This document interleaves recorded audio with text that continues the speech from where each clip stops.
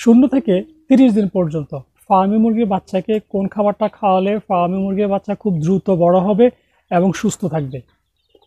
এই যেগুলো হচ্ছে আমার ফার্মি মুরগির বাচ্চা, এগুলির বয়স আজকে 12 দিন। আলহামদুলিল্লাহ আমি ওদেরকে যে খাবারটা খাওয়াচ্ছি ওইটাই আপনাদেরকে দেখাবো, এবং এই 0 থেকে 30 দিন পর্যন্ত ওদের একদম আদর্শ খাবার যেটা সেটাই আমি ওদের খাওয়াইতেছি। আর এই খাবারটা খাওয়ালে আপনাদের মুরগির বাচ্চাগুলি দেখবেন যে খুব দ্রুত বড় হবে এবং ওরা সুস্থ থাকবে। তো খাবারটা হচ্ছে আমি দেখাই আপনাদেরকে, দেখেন এই যে এটা দেখেন, এই আমার হাতে যে খাবারটা দেখতেছেন এটা হচ্ছে একটা স্টার্টার ফিড।